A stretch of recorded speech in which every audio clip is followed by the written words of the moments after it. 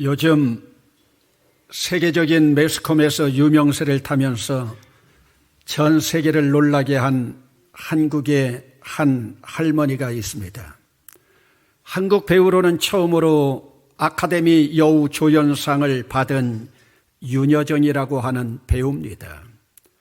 75살의 이 배우는 미나리라고 하는 작품으로 상을 받았지만 그 상보다도 그녀가 수상하는 자리에서 발표한 수상 소감이 더 화제가 되고 있습니다.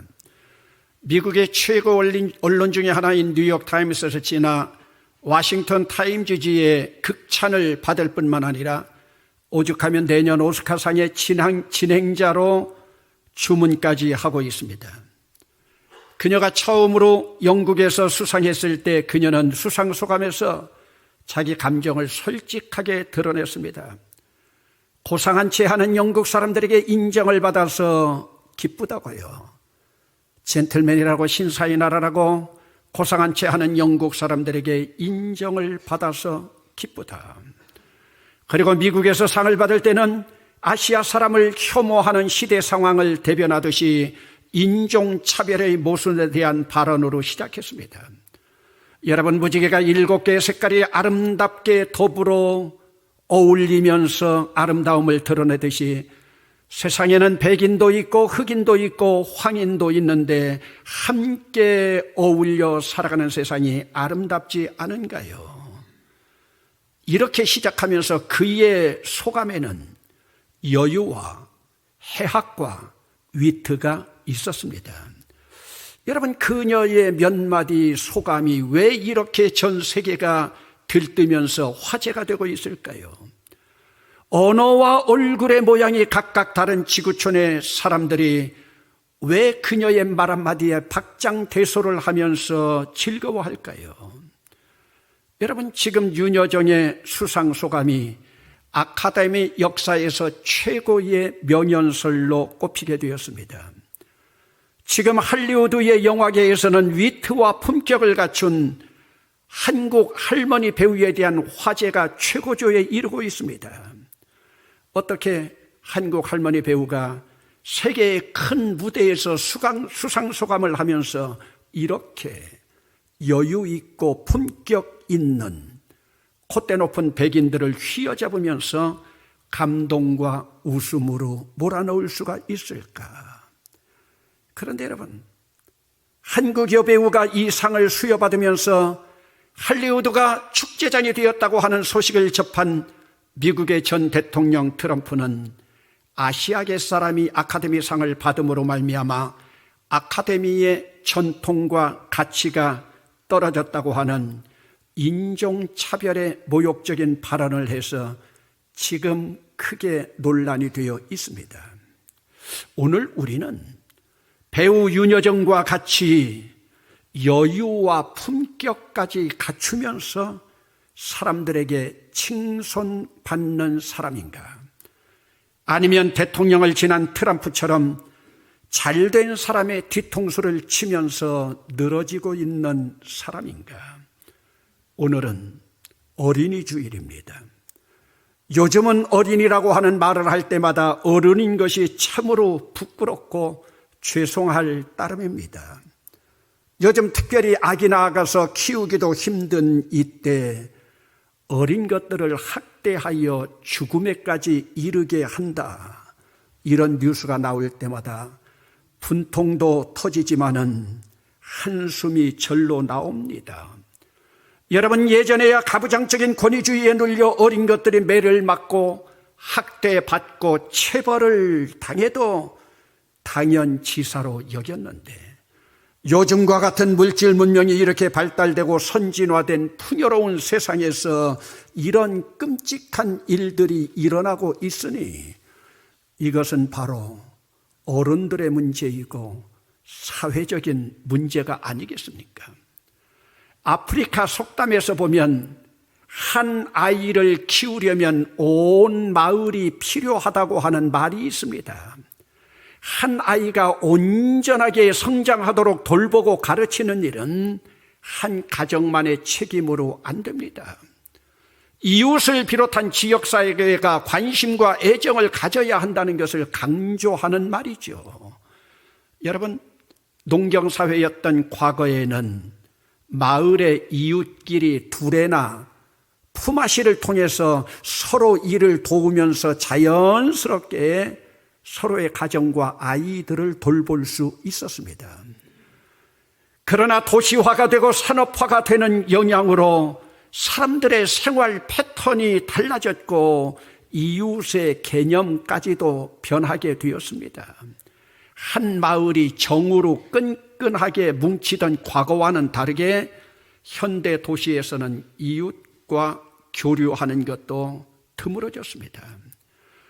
그리고 대가족이 한 집에 모여 살던 전통적인 가족 형태가 핵가족이 되어 맞벌이 부부가 많아지면서 혼자 외롭게 남겨지는 아이들도 많아졌습니다. 자연스럽게 아이들에게 선생님이 되고 학교가 되었던 가정과 마을이 시대의 변화로 인해서 그 모습을 잃어가고 있습니다. 그럼 이런 상황에서 우리가 우리 자녀들을 어떻게 바르게 양육할 수 있을까? 이제 이러한 양육의 몫이 교회 공동체의 몫이 됐습니다. 여러분, 전 세계적으로 자녀 양육은 유대 민족을 따를 나라가 없습니다.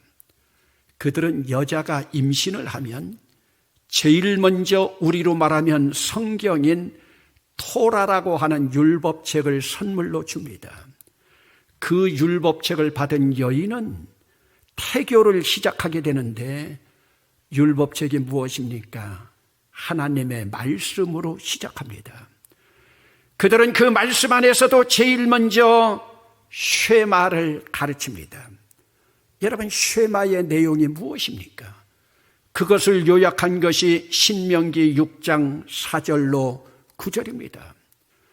이스라엘아, 들으라. 우리 하나님 여호와는 오직 유일한 여호와시니 너는 마음을 다하고 뜻을 다하고 힘을 다하여 네 하나님 여호와를 사랑하라. 오늘 내가 네게 명하는 이 말씀을 너는 마음에 새기고 네 자녀에게 부지런히 가르치며 집에 앉았을 때이든지 길을 갈 때이든지 누웠을 때이든지 일어날 때이든지 이 말씀을 강론할 것이며 너는 또 그것을 내 손목에 매어 기호를 삼으며 미간에 붙여 표로 삼고 네 집 문설주와 바깥문에 기록할지니라. 그러면 여러분, 여기 쇠마에서 가르치고 있는 가장 중요한 내용이 무엇입니까? 하나님 제일주의 사상입니다. 하나님을 제일로 생각하는 사상이에요. 여러분, 이 세상에서 하나님이 제일이니 너는 마음을 다하고 뜻을 다하고 힘을 다하여 네 하나님 여호와를 사랑하라. 그들은 여러분 부모가 제일이 아닙니다. 나라가 제일이 아닙니다. 민족이 제일이 아닙니다. 하나님 제일입니다. 그리고 그 언약의 말씀을 마음에 새길 뿐만 아니라 자녀에게 부지런히 가르치라. 여러분, 언제 가르치라고 했습니까? 집에 앉았을 때이든지 길을 갈 때이든지 누웠을 때이든지 일어날 때이든지 언제 어디서나 그 말씀을 가르쳐라. 그래도 되지 않느냐? 그들의 손목에 메고 안 되면 이마에 표를 붙이고 그래도 안 되면 문설주와 바깥 문에 기록해 놓으라. 여러분, 얼마나 철저합니까? 마음판에 새겨서 그것이 그들의 삶으로 이어질 때까지, 그들의 생활 습관 체질이 될 때까지 철저하게 몸에 뵐 때까지 가르치고 새기라는 말씀입니다. 그러면 유대인들은요, 자기 자녀들에게 이렇게 가르치고 반드시 확인을 합니다. 그러면 이 가르침을 어디서 확인합니까? 유대인들은 식탁에서 확인을 합니다. 유대인들의 최고 교육의 현장은 식탁입니다. 그들은 아무리 바빠도 하루에 한 번만은 가족들과 식탁을 갖는 것 양보하지 않습니다.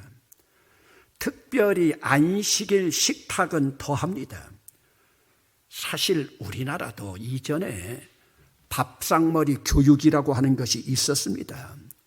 이전에는 아버지가 밥상에서 수저를 들기 전에는 아무도 수저를 들지 못했습니다. 그것은 아버지의 권위였고 가정의 질서였습니다.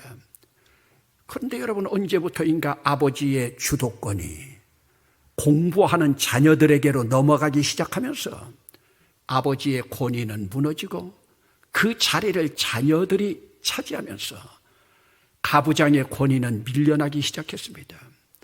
사실은 이때부터 학교 교육인 공교육 그리고 가정교육이 무너지기 시작했습니다. 그러면서 명문대 진학이 우선순위가 되기 시작하면서 자녀들의 머리는 커졌을지 모르지만 가슴은 좁아졌고 가정은 삭막한 공간이 되어갔습니다. 시대의 흐름의 탓도 있겠지만 이기주의, 개인주의가 판을 치고 공동체는 점점 무너져 내렸습니다. 여러분, 오늘 본문의 이 그림은 전형적인 유대 가정 공동체의 아름다운 그림입니다. 여러분, 오늘 본문 3절의 그림을 한번 여러분들이 상상해 보세요. 네 집 안방에 있는 네 안에는 결실한 포도나무 같으며 네 식탁에 둘러앉은 자식들은 어린 감람나무 같으리로다. 여러분, 이 그림은 이스라엘 민족의 가장 행복한 가정의 그림입니다. 그러면 여러분, 식탁에 둘러앉은 자식들이 무엇을 할까요? 유대인 식탁의 특징이 무엇인 줄 압니까? 그들의 식탁은요, 질문이 있는 식탁입니다. 자녀들의 질문이 있는 테이블입니다. 우리는 이전에 밥상머리에 앉으면 밥상에서 짓거리지 말고 밥이나 먹으라고 하는 핀잔을 받았는데 그들은 밥상머리가 질문하고 대답하는 교육의 장이었습니다. 이들의 질문과 해답, 이미 탈무드에 다 기록된 랍비들의 지혜에서 나온 것들입니다. 자녀들이 하루하루 살아오고 일주일 동안 살았던 그 주제가 식탁에 오릅니다. 그러기에 그들의 식탁은 밥 먹는 자리가 아니라 자녀를 교육하는 진지한 부모와 자녀들 간의 소통의 장입니다. 소통을 나누는 공간이에요. 그러므로 이 식탁은 그들이 직접 경험한 것이 간접 경험으로, 그리고 그들이 공부한 간접 경험이 부모를 통한 직접 경험이 되는 현장입니다. 이것이 바로 시온에서 하나님이 주시는 복입니다. 하나님을 경외하며 소통하는 자들이 바로 이런 형통함이 따른다고 오늘 본문에서는 말하고 있습니다. 여러분, 오늘 여러분 부모와 자식 간의 가장 소중한 요소 중에 하나가 무엇이라고 생각합니까? 그것이 바로 소통입니다. 소통이라는 것이 무슨 뜻입니까? 막히지 않고 잘 통하는 것이에요. 여러분은 부모들과 잘 소통되는, 자녀들과 소통되는 부모들입니까? 아니면 부모와 소통 잘 되는 자녀들입니까? 그런 부모가 되기 위해서는 먼저 부부 사이의 소통이 잘 되어야 됩니다. 부부가 소통이 되지 않는데 자녀들과 소통될 리가 없습니다. 제가 때로 부러워하는 가정이 있습니다. 자녀들과 함께 매일 모여서 가정예배 드리는 그런 가정입니다. 여러분, 부모와 자녀들이 한 상에 둘러앉아서 예배하는 모습이 얼마나 아름답습니까? 그러나 아무리 부모와 자녀들이 가정예배를 드린다 해도 부모와 자식 간에 소통되지 않는 가정예배에 아무 의미가 없습니다.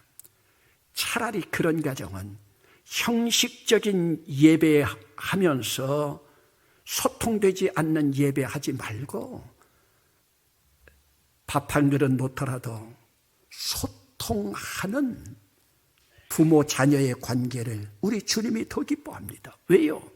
예배 자체가 소통입니다. 하나님과의 소통이고 예수님과의 소통이고 그것이 이웃과의 소통으로 이어지는 겁니다. 여러분, 부모와 소통이 잘 되는 자녀들 행복합니다. 이런 자녀들이 행복한 거예요. 여러분, 그러다 보니까 이 자녀들이 부모를 신뢰합니다. 부모를 신뢰하게 되면 그 자녀들은 자신감이 생깁니다. 자신감이 생긴 자녀들은 꿈을 꾸게 됩니다. 언제나 꿈꾸는 자녀들은 자신감을 가지고 도전하면서 경험을 쌓아갑니다. 여러분, 직접 경험이든지 간접 경험이든지 그 경험에서 습득된 지혜와 지식은 나에게 살아있는 소중한 자산이 됩니다. 여러분, 세상적인 돈이 자산이 아닙니다. 내가 꿈꾸면서 경험으로 얻은 지혜와 지식이 소중한 자산입니다. 그러므로 꿈꾸면서 경험으로 얻은 자산을 가진 사람은 언제나 여유가 있습니다. 여러분, 꿈꾸지 않고 도전하지 않는 사람은 도저히 가지려고 해도 여유를 가질 수가 없습니다. 왜 그렇습니까? 자기가 도전하고 경험한 자산이 없기 때문입니다. 여러분, 자기가 직접 뛰어들어서 도전하고 경험해보지 못하고 구경만 했으니 여러분, 그 안에 자신감이 있겠습니까? 자신감 사라져버리고 여유가 생겨나지 않습니다. 인생에서 여유가 없는 자들은 해학적이지 못합니다. 유머가 없습니다. 이런 자들은 위트가 없습니다. 여러분, 특별히 기독교를 믿는 선진국에서는 품격 있는 유머와 위트, 최고의 자산으로 생각합니다. 그러니 우리에게는 별 볼 일 없는 한 여배우가 한국의 할머니를 그들은 인정해 주잖아요. 왜? 품격 있는 유머와 위트를 가진 할머니라고요. 여러분, 세계적인 갑부일지는 몰라도 트럼프는 속이 좁아 터진 자국민 이기주의자였고 자기 애에 만족하는 속 좁은 인간입니다. 그러나 당시에 이혼녀라고 손가락질 받으면서도 아들 둘을 키워야 했던 윤여정이라고 하는 배우는 먹고 살기 가장 힘들어 돈이 없을 때 연기가 가장 잘 되더라고 솔직하게 고백했습니다. 두 아들을 먹여 살려야 하는 막다른 골목까지 다다른 체험과 도전이 그에게 솔직하고 여유 있는 풍요의 가치 자산을 그에게 주었습니다. 여러분, 오늘 우리는 예수 믿으면서 이런 여유가 있습니까? 이런 위트가 있습니까? 이런 품격을 가지고 있습니까? 사실은 예수님도 이런 분이셨습니다. 예수님은 늘 여유가 있었습니다. 33년의 짧은 삶을 살면서도 한 번도 서두른 적이 없습니다. 예수님의 행적을 보면 위트 넘치는 풍요로운 삶이었습니다. 여러분, 유대인들이 토라라고 하는 성경 다음으로 많이 읽는 책 가운데 탈무드라고 하는 책이 있습니다. 탈무드에는 유대인들이 궁금해하는 수백 년에 이르는 모든 질문에 대한 해답이 랍비들의 지식으로 그 안에 담겨 있습니다.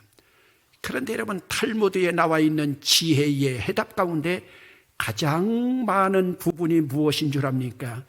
그것이 바로 해학과 유머와 위트 섞인 지혜들입니다. 심지어는 탈무드의 유머라고 하는 책이 있을 정도입니다. 여러분, 오늘 우리는 인생을 살아가면서 얼마나 여유를 가지고 위트 있게 미소 지으면서 살아가고 다른 사람들에게 미소를 주는 유머 있는 인간인가? 이런 풍요로움에 살아가는 자들은 행복한 자들이고 시온의 복을 누리는 자들입니다. 여러분, 우리가 성경적으로 살아간다는 것은 예수님을 모시고 이런 여유와 풍요로움으로 부족함 속에서도 여유 있는 미소로 살아가는 사람들입니다. 이런 여유로움이 있는 자들은 늘 다른 사람들을 감동시키고 다른 사람들에게 아름다운 영향력을 미치면서 은혜의 삶을 살아가는 사람입니다. 우리는 어린 시절에 어떤 교육을 받으면서 자라왔습니까? 그래서 지금 나는 어떤 모습입니까? 어린 시절에 어떤 교육을 받았다 해도 지금 예수를 믿는 예수와 소통하는 믿음의 자녀된 우리들이 우리 자녀들과 소통은 잘 되고 있습니까? 그러면 예수 잘 믿는 겁니다. 지금도 자녀들과 식탁을 함께 할 수 있습니까? 성장한 자녀들이지만 성장한 자녀들이 도전하는 그곳에 여러분 뒤에서 박수 쳐주고 있습니까? 부모 말 한마디에 자녀들이 감동받고 눈물을 흘리면서 감사할 수 있는데 오늘 우리들은 어떤 부모가 되어 있는가? 이전 어려웠던 먹고 살기 힘들던 시절에 고생시켰던 자녀들에게 오늘 내가 자녀들에게 행할 일은 무엇인가? 어린이 주일을 맞아 어린이는 아니고 이제 다 성장한 내 자녀들이지만 그 자녀들 부모의 밥상머리에 찾아오게 할 수는 없을까? 그러면서 시온에서 주는 여호와의 복을 누릴 수는 없을까? 기도합시다.